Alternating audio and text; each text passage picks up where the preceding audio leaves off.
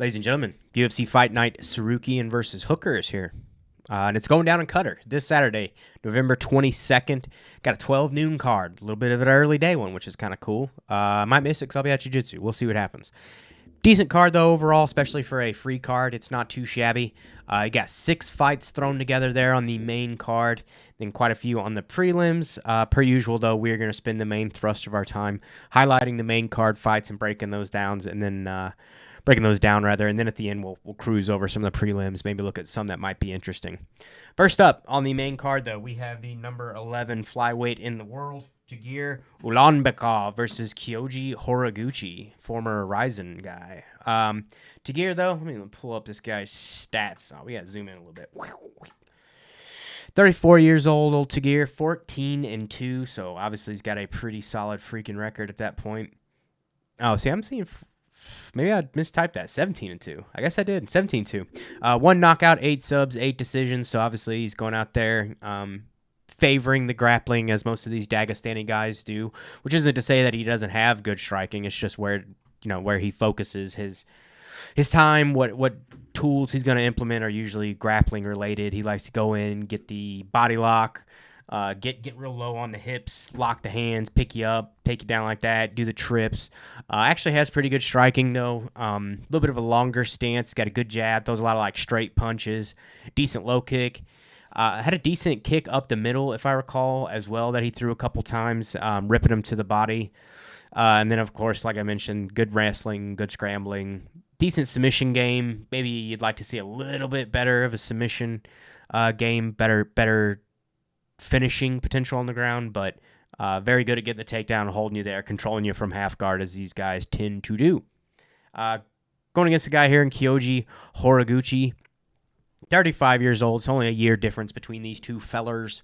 34-5, so quite a bit of experience.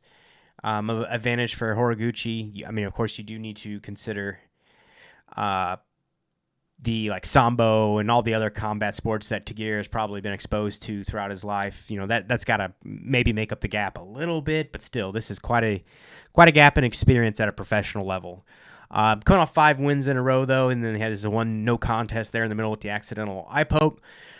Stylistically, pretty explosive striker, kind of a squat, low, like coiled stance, like where he's just coiled spring, ready to explode. Kind of has the Connor stance thing going too, a little bit of the longer, like bouncing, and then it's orthodox, of course, but then he has like the stabbing jab and very much the floating kind of style like that, and then he'll squat down and explode into it. So it's kind of a mix of the two there, but clearly pretty physically strong, pretty explosive, like I mentioned. And he was actually he was in the UFC back in the day, back in 2016, 2017, something like that. It's been a minute. 2016, right there. Ali Bagautinov, which kind of wild. He actually got cut on a 3-fight win streak, but that was back when they were a little more prone to cut guys who were just grappling all the time instead of all these Dagestani dudes to get away with it because they're a little bit more boring. So it is what it is. I think in this fight, I'm probably going to go with Tagir. I think he's probably the better overall grappler. They're probably pretty comparable in the striking department. Kyoji probably has like a power and explosive advantage in the striking, but technique-wise, I think they're pretty comparable. Why do the legs look so weird here? His shorts and his legs look weird. It's like they photoshopped his short. Oh, you know what? It probably is.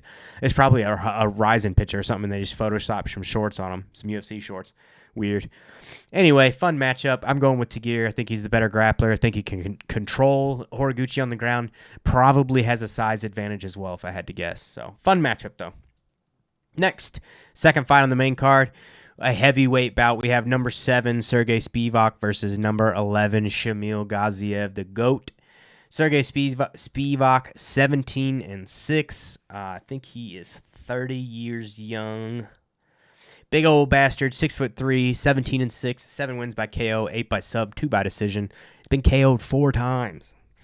That's fair few. Got to start wondering, 1, how's his brain holding up? 2, how's the chin holding up? 2 losses in a row. Most recent, a decision loss to Waldo Cortez Acosta.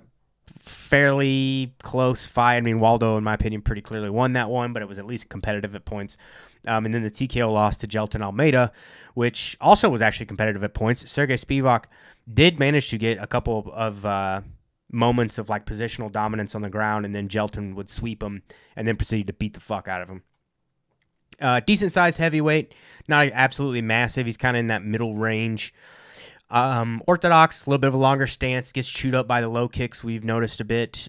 Decent throws and trips, like a judo kind of style base there, or sambo, I guess. Likes to get the classic like clinch up with you, step in and throw you over his outside hip there. Not the most physically gifted dude. Like he doesn't strike me as like this really fast or this really powerful guy. He's just kind of a mid-tier fighter. I would say he's probably better on the ground than he is in the striking, but it's comparable. It's not like he's a real standout in either area. I think he favors the ground, but then he ends up getting swept there or out techniqued by some higher level guys. So I think maybe part of that is in his head. Maybe that's just where he's comfortable because he's not going to get knocked the hell out. Take that pouch out. Drive me nuts. Decent ground and pound on the ground, fairly positionally strong, kind of a wet blanket style. Not really doing any of these like fancy high level passes and inverted guard and all this goofy shit. Just good heavy ground and pound, heavy wet blanket style. Going against the guy here though in Shamil Gaziev, 35 years old, so 5-year age advantage for Mr. Spivak.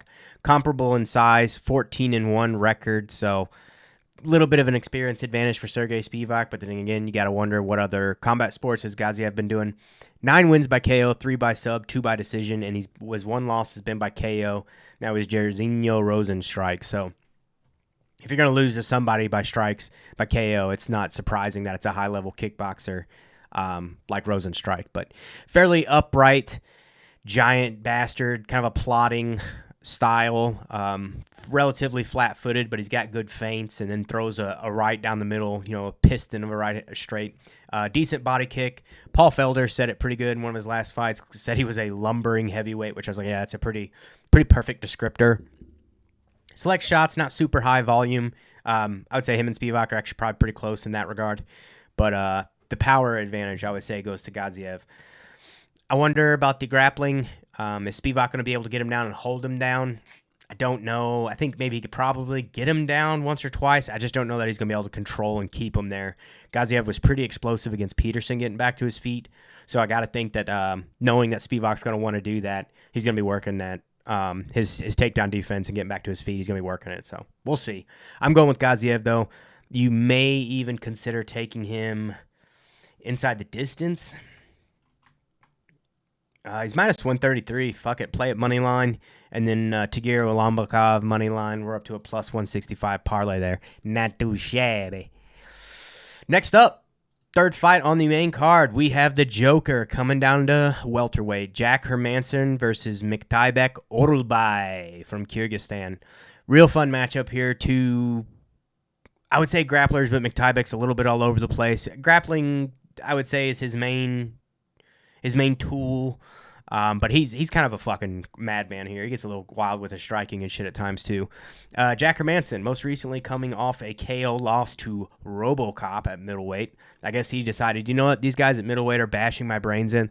Let me drop some weight and see if I can hold up a little bit better. Which kind of that's a toss-up. You're giving up weight. The weight cut might compromise your chin, but then also these guys aren't as big. They're not throwing as hard, so maybe you make up some of the lost ground there. I don't know. 37 years old. He's 24-9. A little bit late in his career to be doing any kind of big changes like this, but I guess we'll see how it pays off. What the hell do I know? 11 wins by knockout, 6 by sub, 7 by decision, 4 KO losses, 2 submission losses, and 3 decision losses. Honestly, for being as much of a grapple-heavy guy as he is, how much he favors that, you would think he would have more submission wins, but he doesn't. Like I mentioned, good grappler, though. Kind of a funky striking style, a little unconventional, a little stiff looking at times. High guard, good jab, but he's a little slow. Not super physically gifted in the striking. I don't know if he just doesn't have a lot of like the quick fiber or fast twitch muscles or whatever the fuck. Got a decent low calf kick. Leans back a lot to avoid strikes, which I think is where he's going to end up getting caught by some of these guys.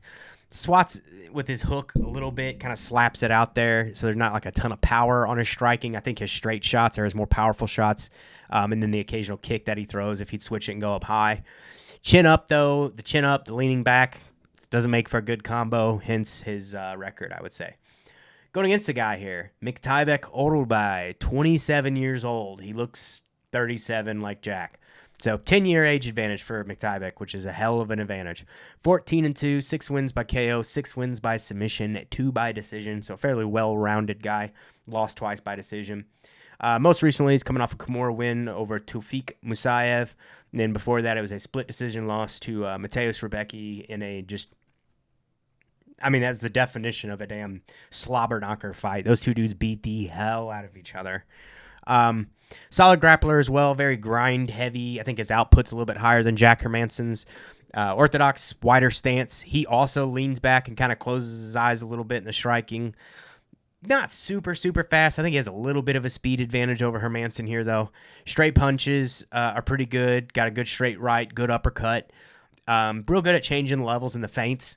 He was doing that quite a bit, bouncing back and then shooting in, changing kind of his rhythm.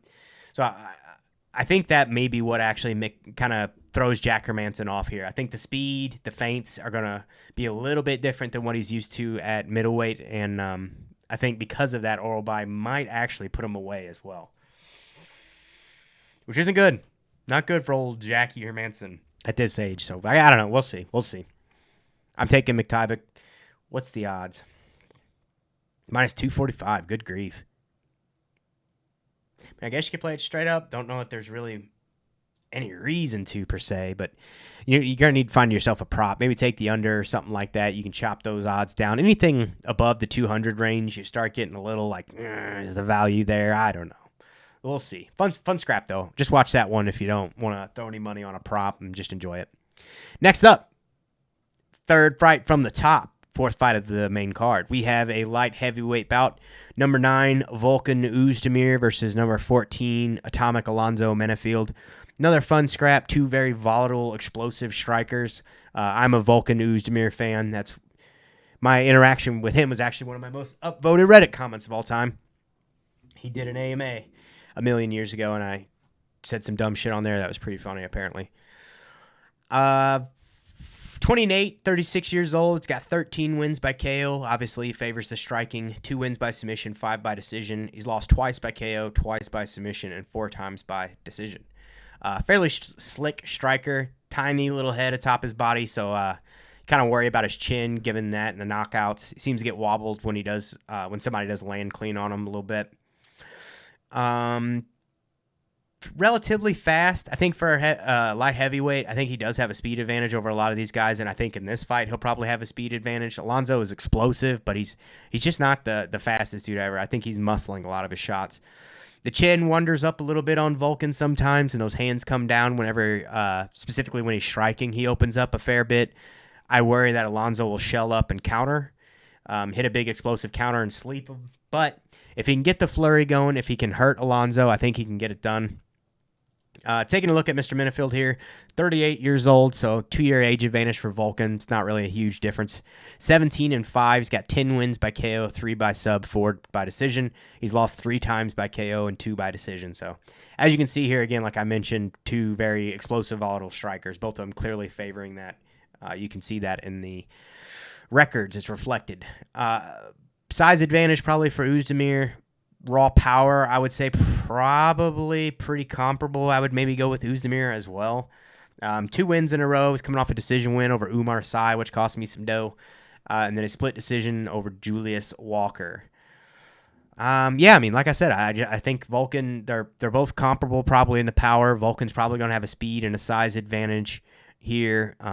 Alonzo has that real wide, long stance. He kind of plants and throws the big overhand. So Volkan maybe leans back, slips that shot, hits him on the counter, cracks him, hurts him, puts him away. We'll see. I'm taking Volkan inside the distance, though. I'm an Oezdemir fan. Seems like a decent enough dude. And he's got no time for this bullshit. Moving on. Co-main event of the evening. Real fun matchup here. 2 dudes who are not necessarily crowd favorites, I guess you could say, to put it lightly. Good God, my nose itches.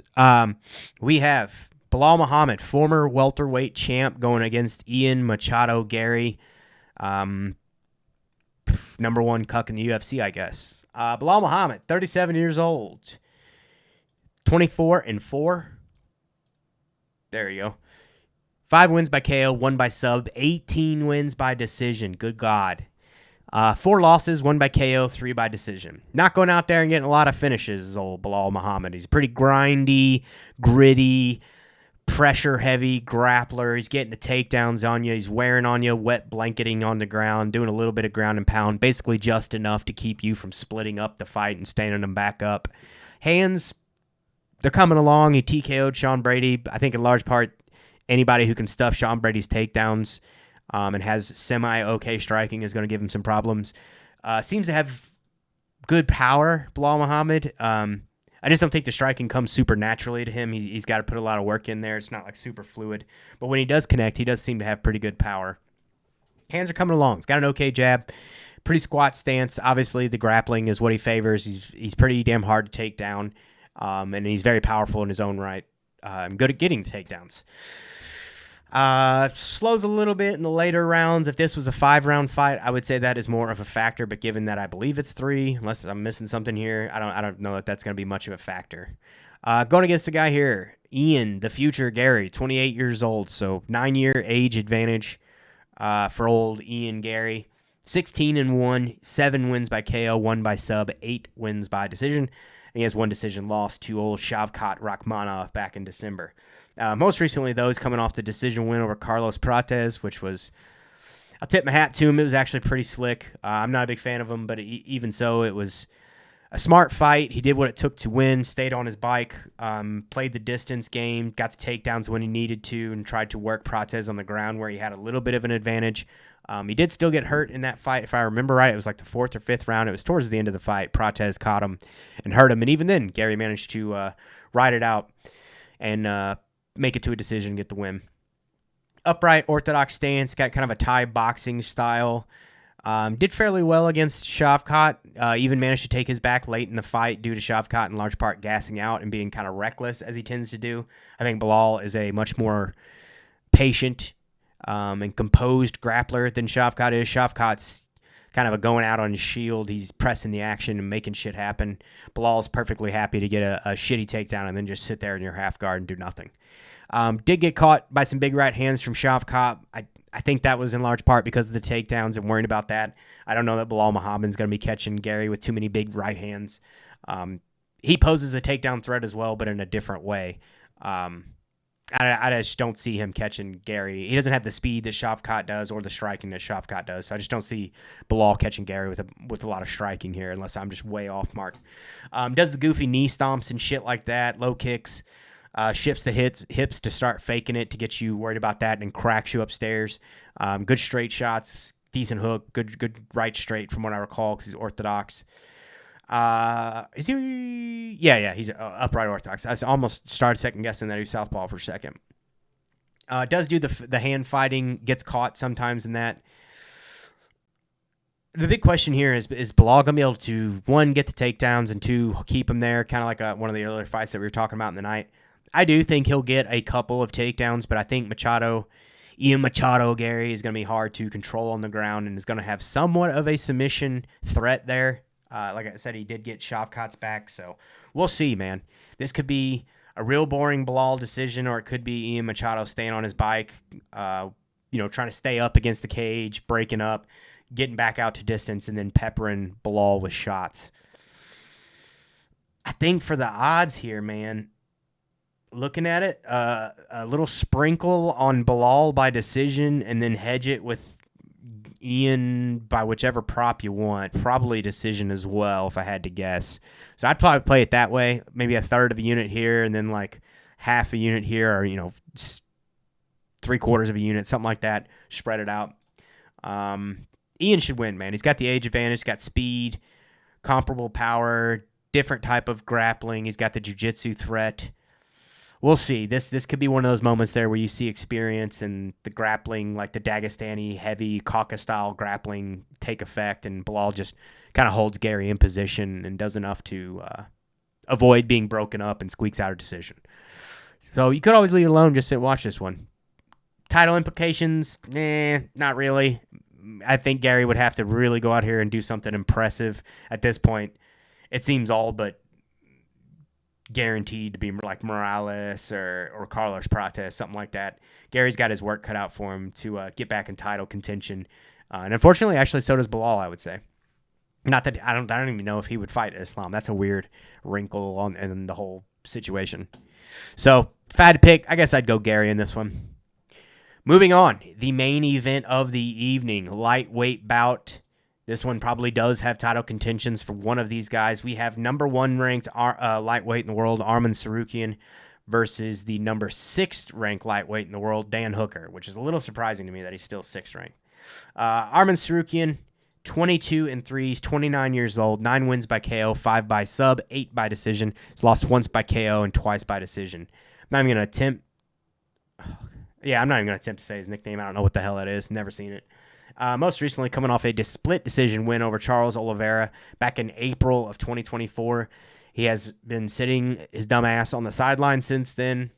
He did have a fight scheduled against Islam and then pulled out like on freaking 24 hours notice or some nonsense with a back injury. Depending on who you believe. He says back injury. Dana and them have said weight cutting issues multiple times. Stylistically, very explosive. Again, another grapple-heavy guy, very strong wrestler. Striking is coming along. He's actually pretty nimble for the squat explosive style. He throws these high kicks up there that are pretty impressive, but very scramble-heavy, very strong. Sometimes I wish he would be a little more centric, kind of like Islam and his crew. I think he goes for these big explosive takedowns and throws and shit like that and then loses position as a consequence, but I think he's a fairly well-rounded fighter, and his striking is coming along to match his grappling ability. Has been staying, I guess, semi-active. He's been doing some grappling events. Most recently, he subbed Benson Henderson, if I remember right, not too long ago in a grappling match. So at least he's been staying somewhat active. I guess his back isn't bugging him too much now, or I don't know. Who cares? This guy's kind of a douche. Going against Dan Hooker, fan favorite, fun fighter. Kind of losing his marbles, I think. The dude's getting tatted all over the damn place, and you listen to his interviews and stuff, and I start getting a little concerned about CTE, but 35 years old, 6-year age advantage for old Arman Tsarukyan. He's 24-12, so a little bit of a experience advantage, but it's almost exclusively in the loss column. 11 wins by KO, 7 by sub, 6 by decision. He's been KO'd 3 times, subbed 3 times, and he's lost 6 decisions. 3-1 in his last 4. Coming off a split decision win over Mateusz Gamrot back in August of 24. Been out for a hot minute since then. Had some recurring injuries. He has an absolutely just mangled hand from what I recall. And I think he had like a knee injury or something as well. Split decision over Jalen Turner. TKO, front kick to the body over Claudio Puelles. Not too bad. And then, of course, the TKO loss to Arnold Allen. Quite a ways ago, man. 2022. Arnold Allen. Stylistically, kind of a long stance striker, brawler, not the greatest grappling. He's actually struggled quite a bit in the past with high-level grapplers who have explosive takedowns. And as a consequence, I would probably have to say that Arman is going to win this one. I don't see Hooker having much in the takedown defense against Arman. I don't know that he's going to be able to stuff or sprawl much of his takedowns. Maybe when he's fresh, he'll be able to get back to his feet a couple times. But I think Tsarukyan's probably going to rinse repeat in that department. I would like to see Hooker win. It's a 5-round fight, so as it goes on, you could maybe see Hooker turn it around as it goes late. Maybe Tsarukyan starts to fade. Hooker, you pretty much have to kill him to put him away. So maybe entertain live betting this one, but more than likely, I would say Tsarukyan's probably going to win this fight. Most likely by way of grappling. You can maybe take him by submission. Arman Tsarukyan plus 340 by submission. Maybe he goes up there and locks up like a head and arm or a Darce choke or something like that against Dan Hooker. But I'm assuming he's probably going to win it here, and then he gets the shot against Ilia Topuria at lightweight. And we'll see. I think he's probably the biggest threat to Ilia. Pretty comparable build. Stylistically, I would say he's a threat in the grappling. The striking, Ilia's leagues better than him in the striking, but at least he can hang in the grappling department. So, main event, we're going to go with Arman. That is it for the main card. Taking a look at the prelims here real quick as well, though. A couple that are worth watching. This Beksat Almakhan versus Alexander Topuria. That's Ilia Topuria's brother. A lot of hype around this kid, obviously, being Topuria's brother. And then Beksat, I'm a fan of the Kazakh guys. My jiu-jitsu coach is from Kazakhstan, so we always try to root for those guys, and he has a pretty exciting style anyway, so that's fun. Rafael Cerqueira is back. Dude gets absolutely rocked half the time, actually like 3/4 of the time in the UFC, so maybe bet against this dude, even though I don't know shit about him. He's from Turkey. I'm only saying it like that because that Body 100 Asia or whatever the hell on Netflix, I've been watching that with Robert Whitaker. Really fun flyweight bout here, though. We have Alex Perez versus Asu Almabayev. I would take Almabayev in that one. Another Kazakh fighter, very grappling heavy. Where's he at? Minus 205. I'd take that. I think he's probably the better of the two. Alex Perez is a dog, though, and he's good at upsetting people. So maybe keep an eye on that one. Could see an upset there. Dalby's always fun to watch. Going against Sagid, he's, I don't know, something. Don't know anything about this guy, but Dalby's a seasoned vet. Tough to put away. Could be a fun scrap. Then you have old Bogdan Grad fighting Luke Riley. Don't know shit about Riley, but we've seen Bogdan in a couple fights, and pretty exciting guy.